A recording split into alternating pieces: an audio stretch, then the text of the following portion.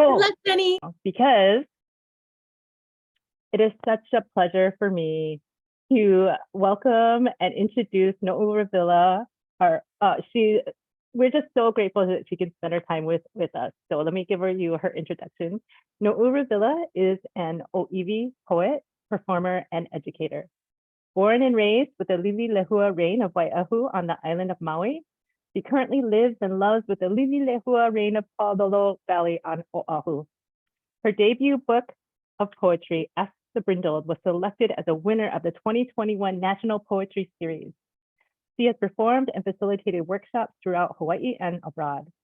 She is an assistant professor of creative writing at the University of Hawaii at Manoa, where she teaches creative writing. She is a lifetime lively reproductive student of Haunani K-Trash. So thank you so much, Noʻu. I'll be facilitating the Q&A. I will stop sharing. So at the end, if you have, just put your questions in the Q&A and we'll address them as best as we can. And now I'm turning off my camera because I'm so excited. Thank you so much, Jenny. You're so vivacious, and I appreciate your presence. I appreciate your aloha. Mahalo nui loa. Aloha kakahi kakako. I'm so happy to be here. So please, forgive me. I'm filled with like a lot of, pihaku na'au meka ole ole. I'm gonna share my screen so that we can share some language together as I walk through some story today. Waipuna lau ki aloha, aloha kako. Mahalo to Jenny and the conference committee for inviting me to share story with you this morning. Congratulations on the 100-year journey of the Hawaii Library Association.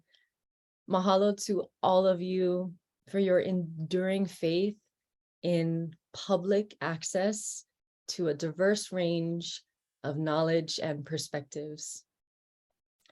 I appreciate the opportunity to join you as you reflect on the work you've made possible and the work you continue to envision.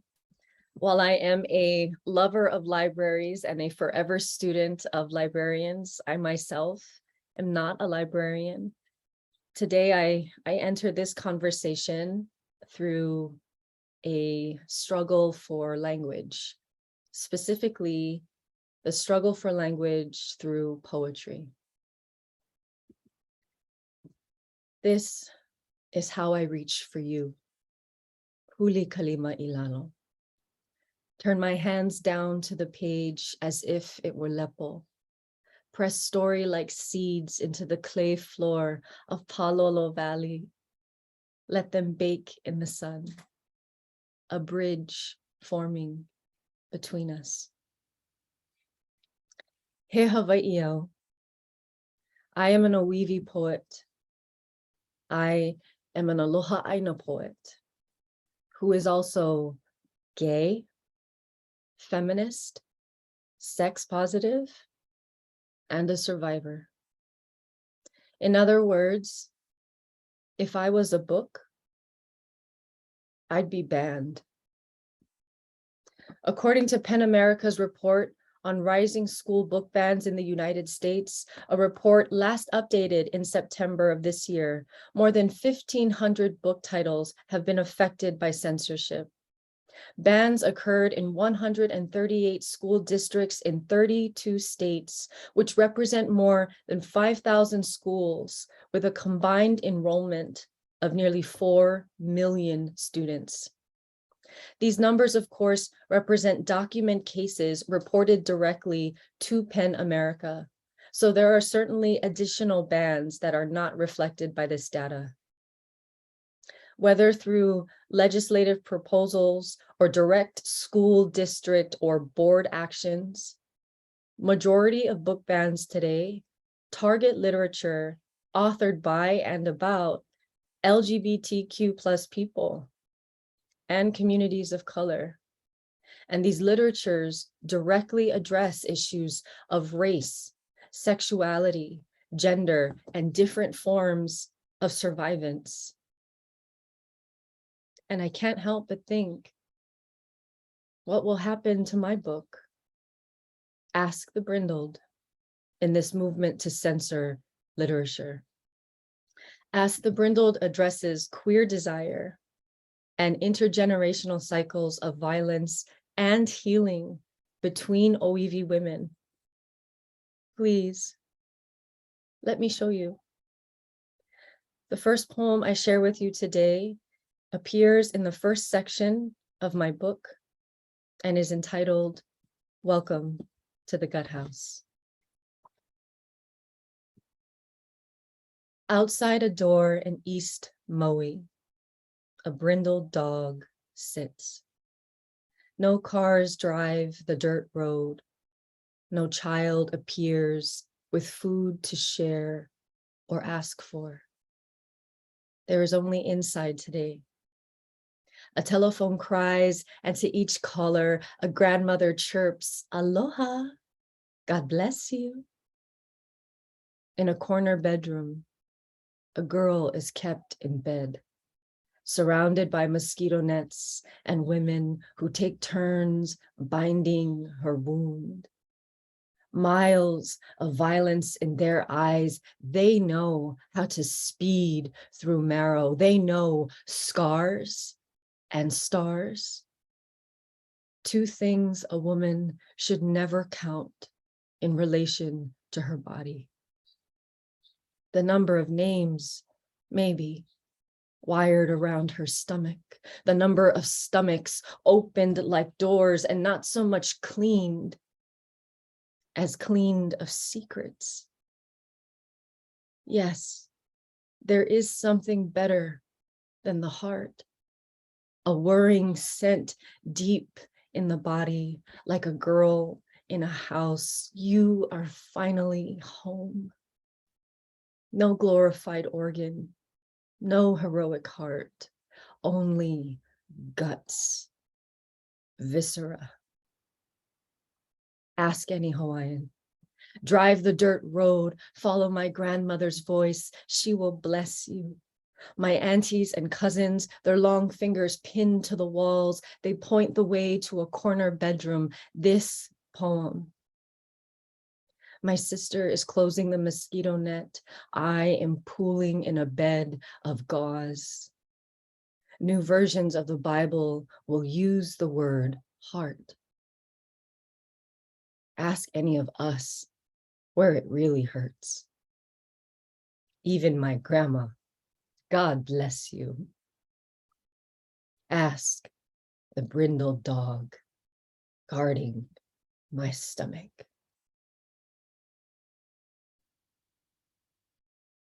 Literature combats isolation.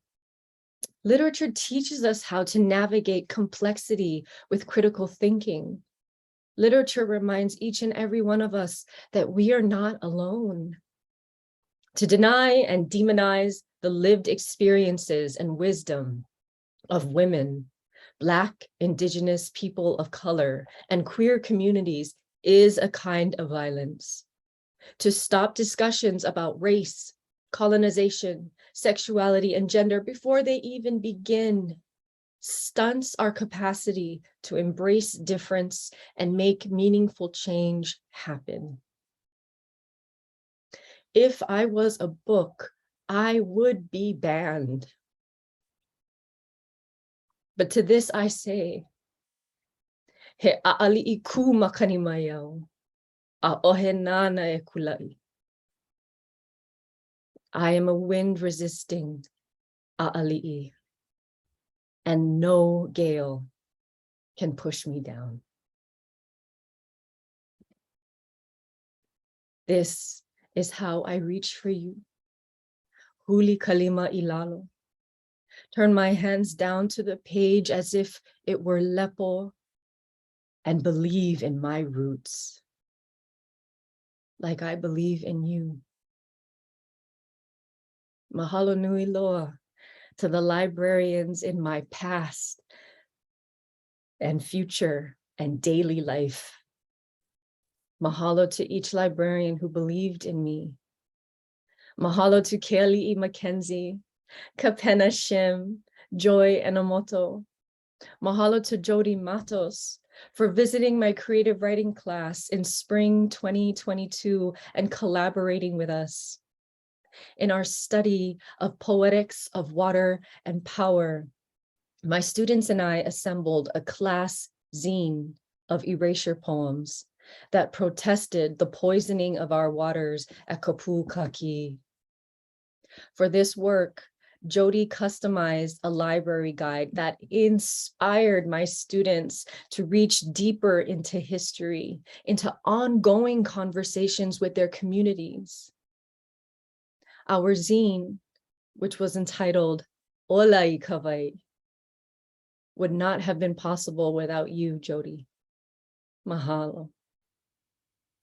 Mahalo to the other librarians and library staff of the Hawaiian and Pacific collections on the 5th floor of Hamilton Library, who must have seen me smuggle John Pule's novel, The Shark That Ate the Sun, into the small copy room day in and day out for a week. I was a poor MA student, rationing, then spending all my quarters on a Pacifica authored novel that read like indigenous theory, postmodernism, and lyric poetry had a love child. I had never read anything like it. And it was written in our ocean. I remember thinking, we can write like this? Pulling the hot pages one by one from the Xerox machine tray, rereading the paragraphs in a frenzy, just in case someone came into the copy room and took them away from me in the name of copyright. That week, instead of laundry, my quarters Xeroxed the pages of The Shark That Ate the Sun. I did it again with Sia Figuels to a young artist in contemplation. I did it again with Mi Mère, an anthology of writing by Solomon Island women writers. I was fresh from a journalism major at NYU, and I had finally come home. I had finally found indigenous Pacifica literature. But the stacks were closed, and I couldn't take these books home. And all of these books at the time were out of print. So the copy room on the 5th floor of Hamilton Library became a secret, a strategy, and possibly something like a sacred place for a Hawaiian like me who hungered for other Pacific writers. To be clear, I did not distribute or profit from the copies I made of these books. This is not a story about righteous theft or giving the finger to copyright law, although two of my favorite things in the world right now are Patrick Rosal's Atang, an altar for listening to the beginning of the world, and Fred Moten and Stefano Harney's The Undercommons, Fugitive Planning and Black Study, both of which are entirely free online by their authors. I share this story about the copy room on the 5th floor in Hamilton Library because libraries for me remain a place of deep improvisation, inquiry, and reaching. I was not a tenure track professor when I set my Ziploc bag of quarters, which still smelled like Hawaiian salt, down on the table near the commercial grade trimmer and stack of recycled paper. Let me say that again. Ziploc bag of quarters, which still smelled like Hawaiian salt. Meaning the same Ziploc bag was used for seasoning and personal banking. I didn't Xerox those indigenous Pacifica texts to steal. I made copies so that I could hold the mo'olelo in my hands, talk back to them with my highlighters and ballpoint pens and Post-its, take entire pages, fold them, place them into envelopes, and send them to people I love who I knew needed to hear the words of someone like Cia Figuel, another Indigenous Pacifica Wahine writer who wrote her version of "You Got This."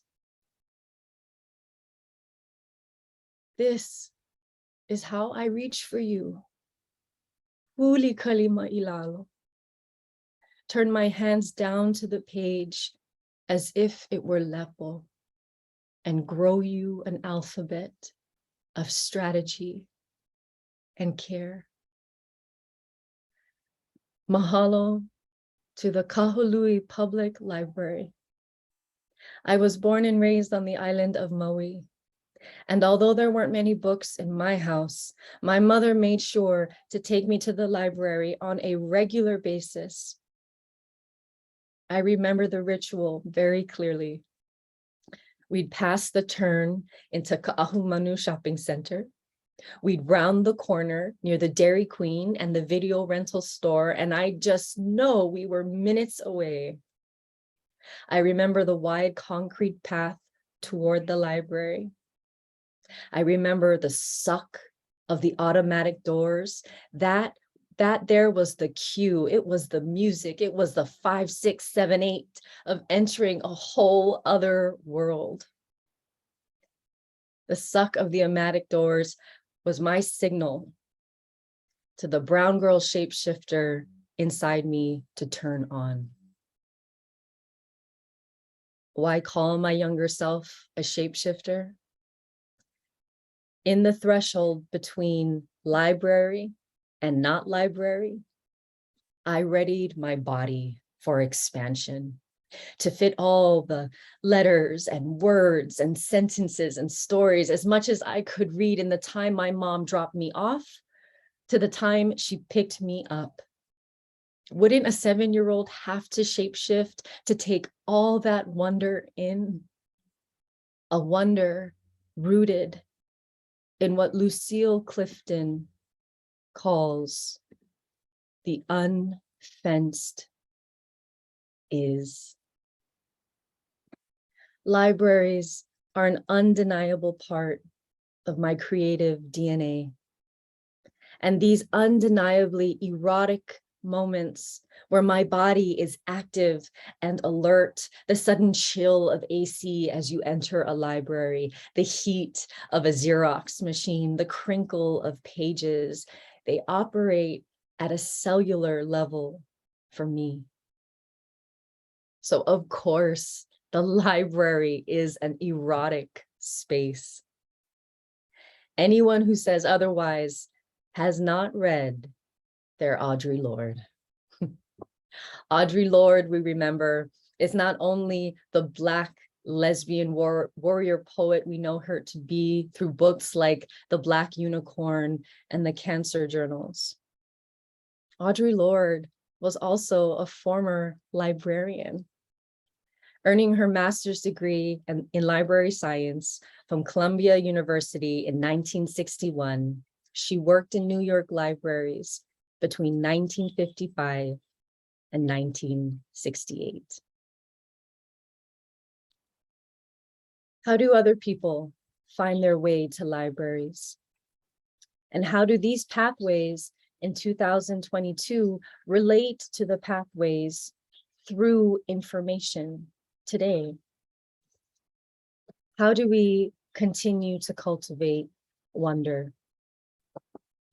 COVID-19 accelerated the transition from print to digital resources.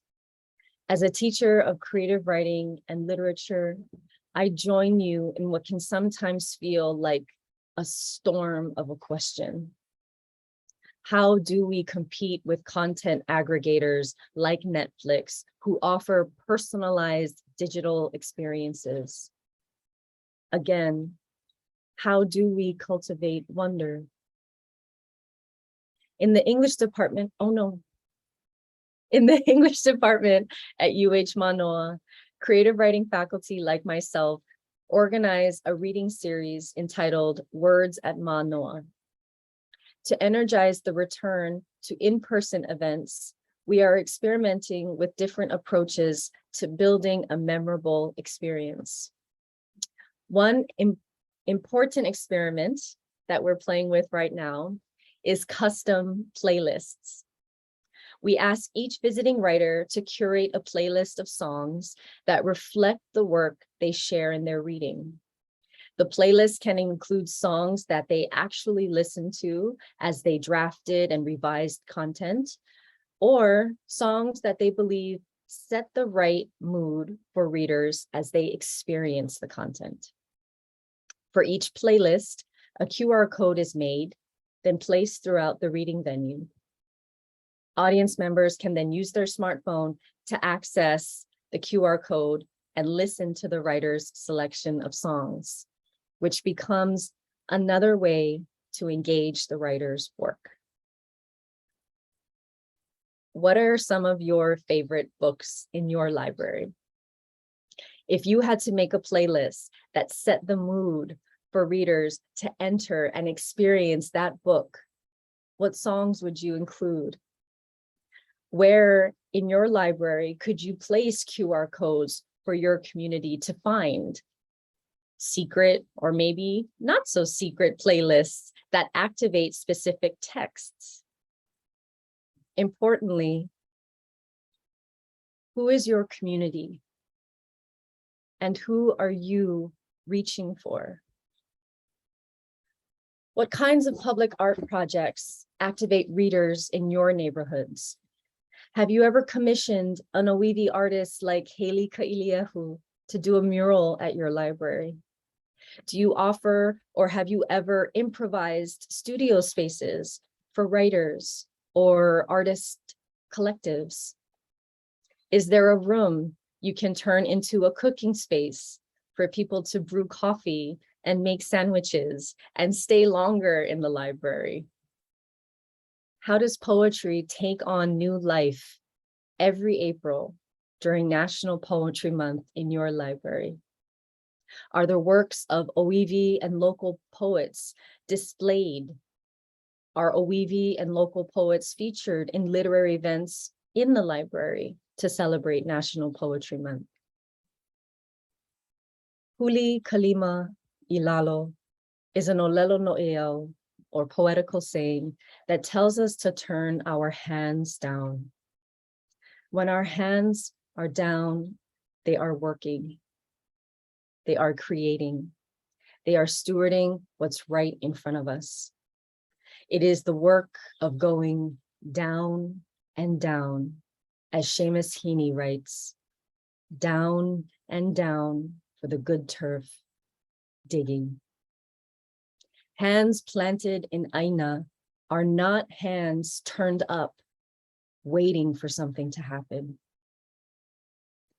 My book, Ask the Brindled, begins with 2 seeds and ends in a grove in Ha'o'u on the island of Maui.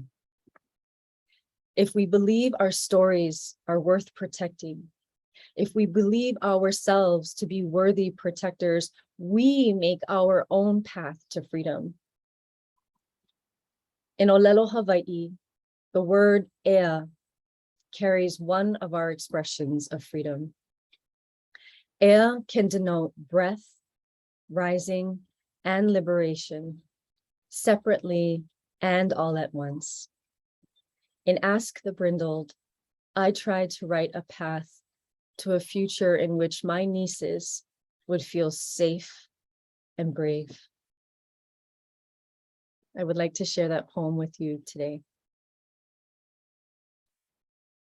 A story we must tell, that we grew our daughters in moonlight, glistened their foreheads in salt, crown of bone etched in black, daughters grown to raise their heads, to trust the songs of rupture. Everything will fall You are shattered and many named, believing no one knows how to call you home, that home is a ravaged thing. We wish you could see the peace in the pieces, our bodies ungoverned by fear. We grew you in moonlight, in the bone-flecked sky. The air of enough is our daughters. The air of enough is our daughters. Our daughters need to believe they are enough. In poetry, I learned new ways to carry things, and equally important, how to let things go. Poetry is my lama multi-tool. In our final moments together, I want to highlight Hawaii's Poets in the Schools program and its archive of poetry, craft, and pedagogy in Hakumele o Hawaii. Do you have these volumes in your library?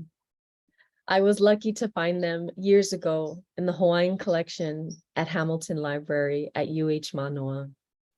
Of course, I scanned some pages, this time with an app on my phone, printed a handful of student poems, framed them, and gave them as gifts to other writers.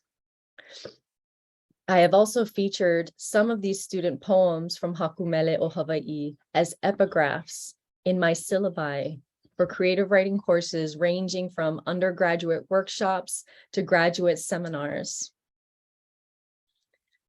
I would like to leave you with one of these epigraphs, which I often pair with the words of a well-known American poet who at the end of the 19th century offered her definition of poetry to a male editor in a letter.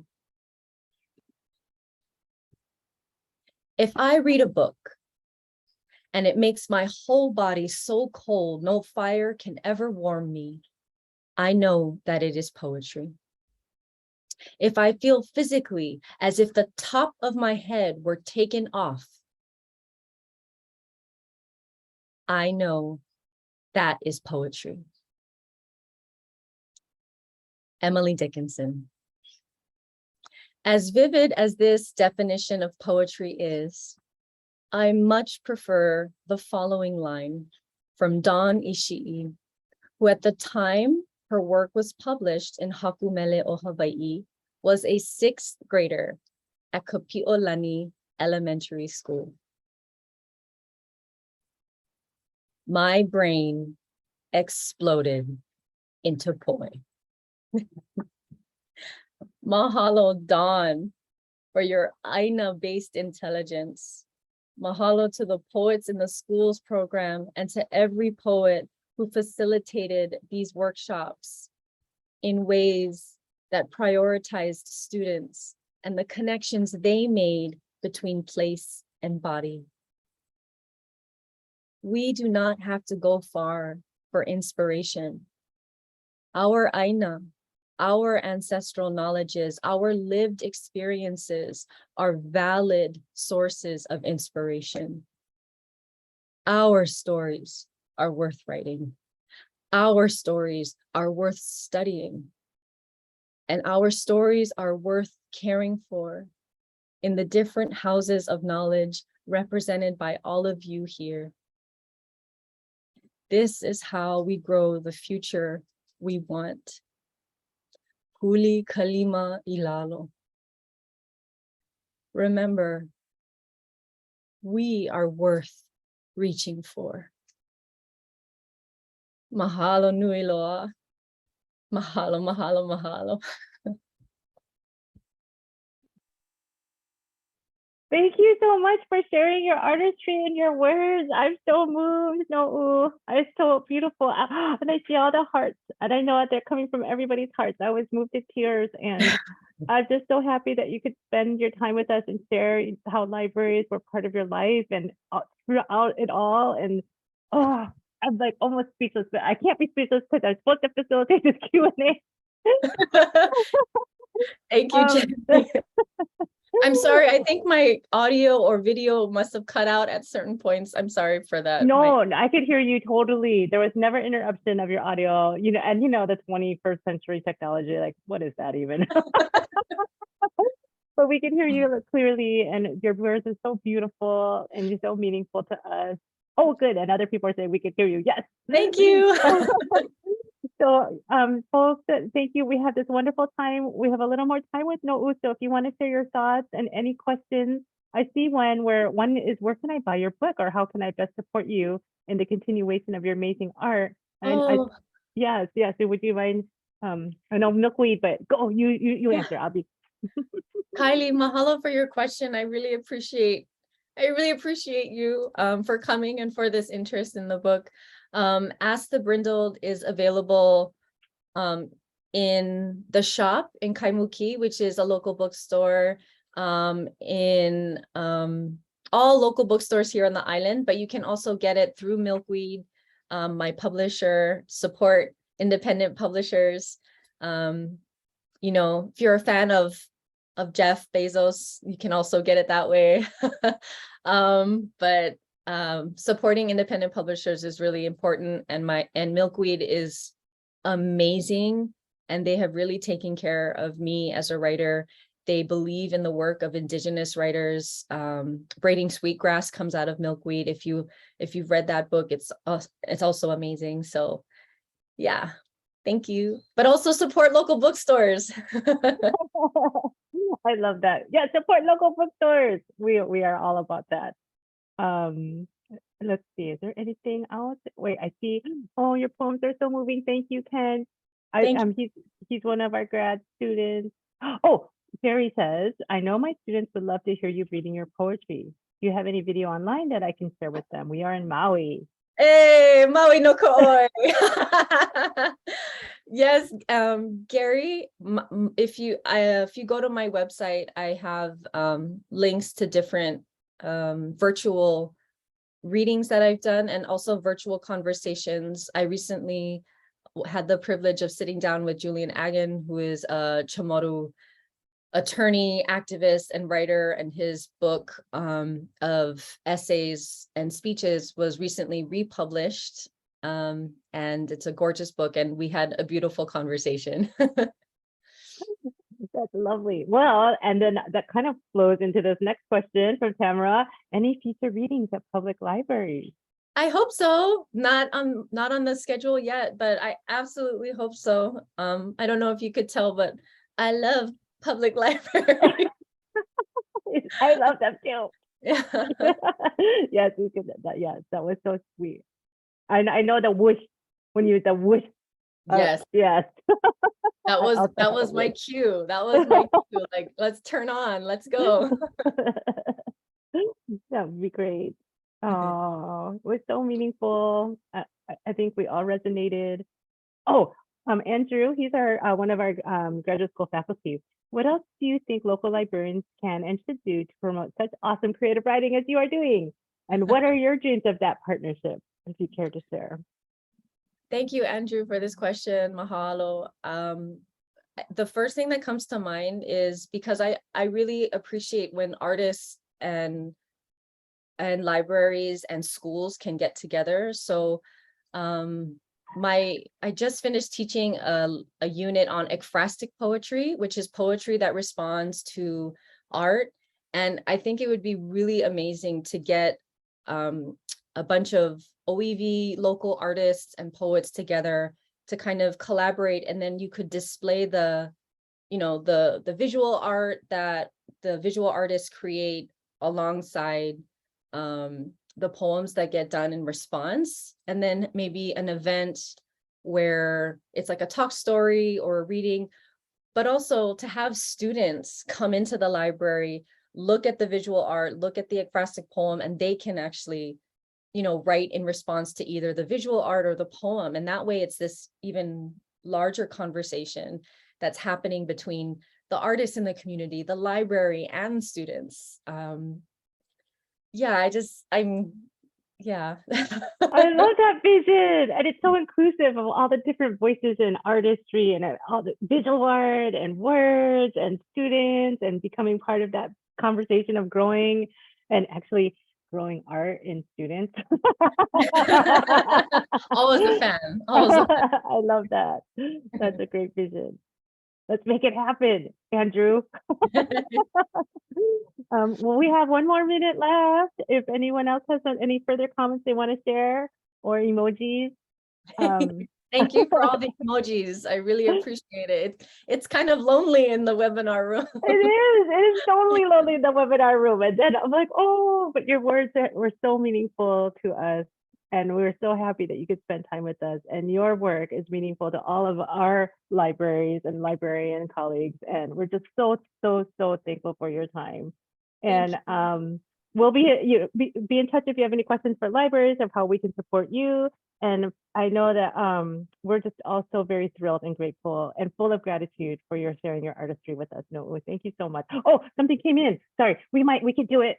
Could you please tell us about the cover art of your book, Aston Brindle? Yes. Since we're talking about art, y'all, this is the cover of my book.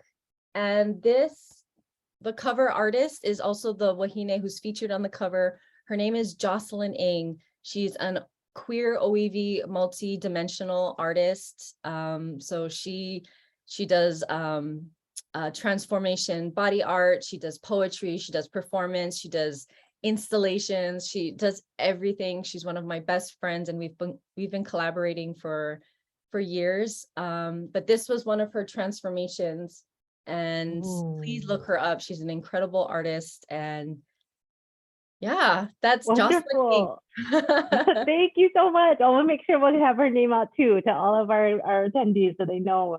And just again, thank you from the bottom of our heart, Noʻu. I know people have to get ready for other sessions and things, and I think people just feel so inspired. Yes, that's the last comment. You inspired us for ideas for our libraries, and we're just so very grateful and thankful. Thank you so much, Noʻu. Mahalo nui loa, everyone. Thank you so much for the gorgeous work you all do. I wouldn't be here without libraries. Mahalo. Mahalo, bye-bye. Thank you. Bye, everyone. Have a great coverage.